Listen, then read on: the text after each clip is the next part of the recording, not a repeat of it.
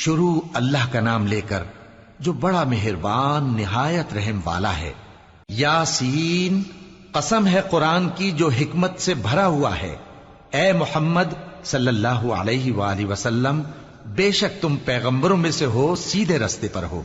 یہ قرآن غالب و مہربان کا نازل کیا ہوا ہے تاکہ تم ان لوگوں کو جن کے باپ دادا کو خبردار نہیں کیا گیا تھا خبردار کر دو کہ وہ غفلت میں پڑے ہوئے ہیں۔ ان میں سے اکثر پر اللہ کی بات پوری ہو چکی ہے، سو وہ ایمان نہیں لائیں گے۔ ہم نے ان کی گردنوں میں طوق ڈال رکھے ہیں اور وہ ٹھوڑیوں تک پھنسے ہوئے ہیں، تو ان کی گردنیں اکڑی ہوئی ہیں، اور ہم نے ان کے آگے بھی دیوار بنا دی اور ان کے پیچھے بھی، پھر ان پر پردہ ڈال دیا تو یہ دیکھ نہیں سکتے۔ اور تم ان کو خبردار کرو یا نہ کرو، ان کے لیے برابر ہے، یہ ایمان نہیں لائیں گے۔ تم تو صرف اس شخص کو خبردار کر سکتے ہو جو اس نصیحت یعنی قرآن کی پیروی کرے اور رحمان سے غائبانہ ڈرے، سو اس کو مغفرت اور بڑے ثواب کی بشارت سنا دو۔ بے شک ہم مردوں کو زندہ کریں گے، اور جو کچھ وہ آگے بھیج چکے اور جو ان کے نشان پیچھے رہ گئے ہم ان کو قلم بند کر لیتے ہیں، اور ہر چیز کو ہم نے کتاب روشن یعنی لوح محفوظ میں لکھ رکھا ہے۔ اور ان سے گاؤں والوں کا قصہ بیان کرو جب ان کے پاس پیغمبر آئے، یعنی جب ہم نے ان کی طرف 2 پیغمبر بھیجے تو انہوں نے ان کو جھٹلایا، پھر ہم نے تیسرے سے تقویت دی تو انہوں نے کہا کہ ہم تمہاری طرف پیغمبر ہو کر آئے ہیں۔ وہ بولے کہ تم اور کچھ نہیں مگر ہماری طرح کے آدمی ہو، اور رحمان نے کوئی چیز بھی نازل نہیں کی، تم محض جھوٹ بولتے ہو۔ انہوں نے کہا کہ ہمارا پروردگار جانتا ہے کہ ہم تمہاری طرف پیغام دے کر بھیجے گئے ہیں، اور ہمارے ذمے تو صاف صاف پیغام پہنچا دینا ہے اور بس۔ وہ بولے کہ ہم تم کو اپنے لیے منحوس سمجھتے ہیں، اگر تم باز نہ آؤ گے تو ہم تمہیں سنسار کر دیں گے اور تم کو ہم سے دکھ دینے والا عذاب پہنچے گا۔ انہوں نے کہا کہ تمہاری نحوست تمہارے ساتھ ہے، کیا اس لیے کہ تم کو نصیحت کی گئی؟ نہیں، بلکہ تم ایسے لوگ ہو جو حد سے تجاوز کر گئے ہو۔ اور شہر کے پرلے کنارے سے ایک آدمی دوڑتا ہوا آیا، کہنے لگا کہ اے میری قوم، پیغمبروں کے پیچھے چلو، ایسوں کے جو تم سے صلہ نہیں مانگتے اور وہ سیدھے رستے پر ہیں۔ اور میں کیوں اس ذات کی پرستش نہ کروں جس نے مجھے پیدا کیا اور اسی کی طرف تم کو لوٹ کر جانا ہے؟ کیا میں اس کو چھوڑ کر اوروں کو معبود بناؤں کہ اگر رحمان مجھے نقصان پہنچانا چاہے تو ان کی سفارش مجھے کچھ بھی فائدہ نہ دے سکے اور نہ وہ مجھے چھڑا ہی سکیں؟ تب تو میں کھلی گمراہی میں پڑ گیا۔ میں تو تمہارے پروردگار پر ایمان لایا ہوں، سو میری بات سن رکھو۔ حکم ہوا کہ بہشت میں داخل ہو جا۔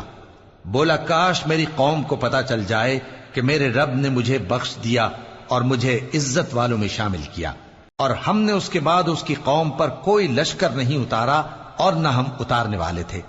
وہ تو صرف ایک چنگھاڑ تھی، سو وہ اس سے ناگہاں بجھ کر رہ گئے۔ بندوں پر افسوس کہ ان کے پاس جب کوئی پیغمبر آتا تو وہ اس سے تمسخر ضرور کرتے۔ کیا انہوں نے نہیں دیکھا کہ ہم نے ان سے پہلے بہت سے لوگوں کو ہلاک کر دیا تھا؟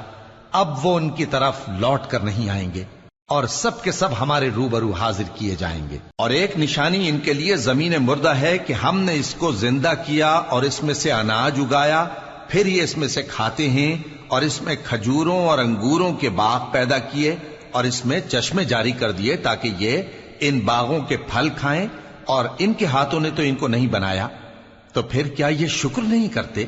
وہ ذات پاک ہے جس نے زمین کی نباتات کے اور خود ان کے اور جن چیزوں کی ان کو خبر نہیں سب کے جوڑے بنائے۔ اور ایک نشانی ان کے لیے رات ہے کہ اس پر سے ہم دن کو کھینچ لیتے ہیں تو اسی وقت ان پر اندھیرا چھا جاتا ہے، اور سورج اپنے مقرر رستے پر چلتا رہتا ہے۔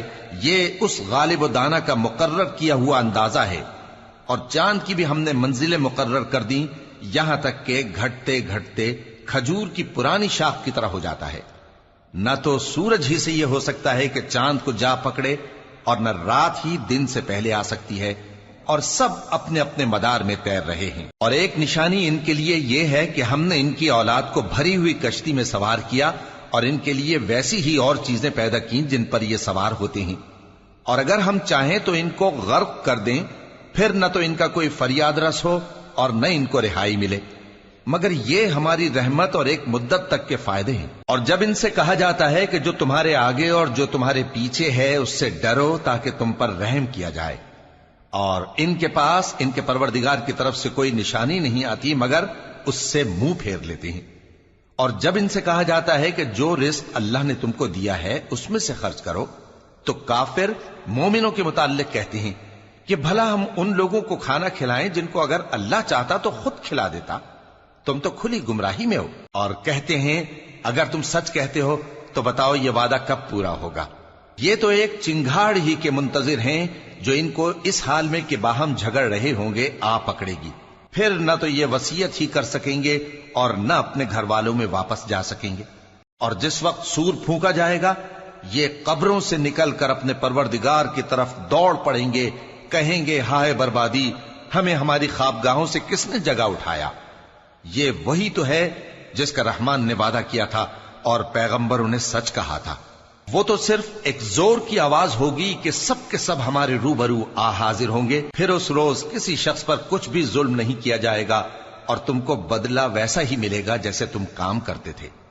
اہل جنت اس روز عیش و نشاط کے مشغلے میں خوش ہوں گے، وہ بھی اور ان کی بیویاں بھی سایوں میں تختوں پر تکیے لگائے بیٹھے ہوں گے، وہاں ان کے لیے میوے ہوں گے اور جو وہ منگوائیں گے ان کو ملے گا۔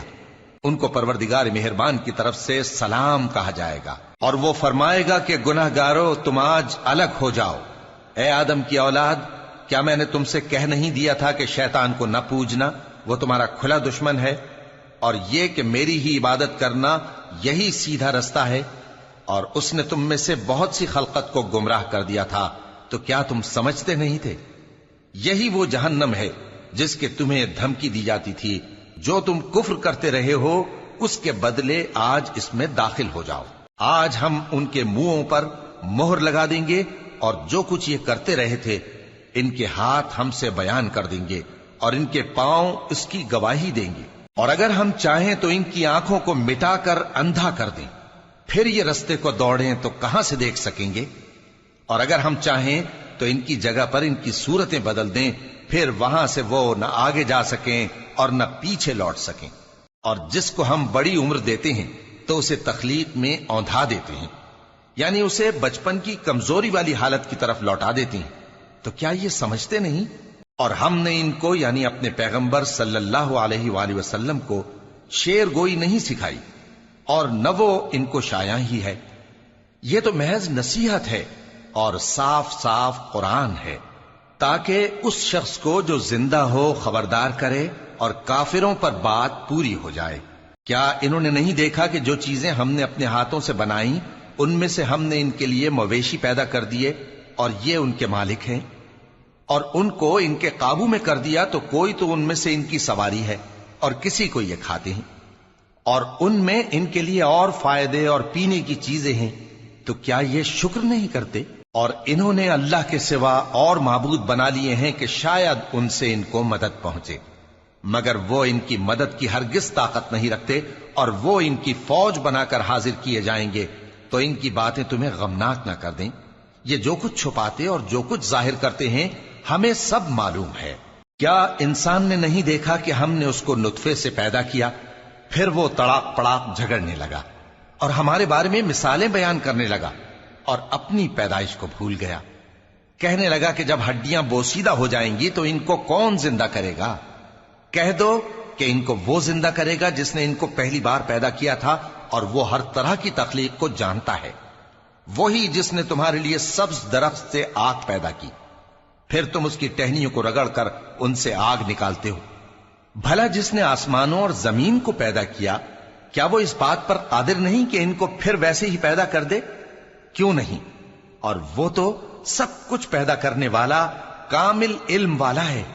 اس کی شان یہ ہے کہ جب وہ کسی چیز کا ارادہ کرتا ہے تو اس سے فرما دیتا ہے کہ ہو جا، تو وہ ہو جاتی ہے۔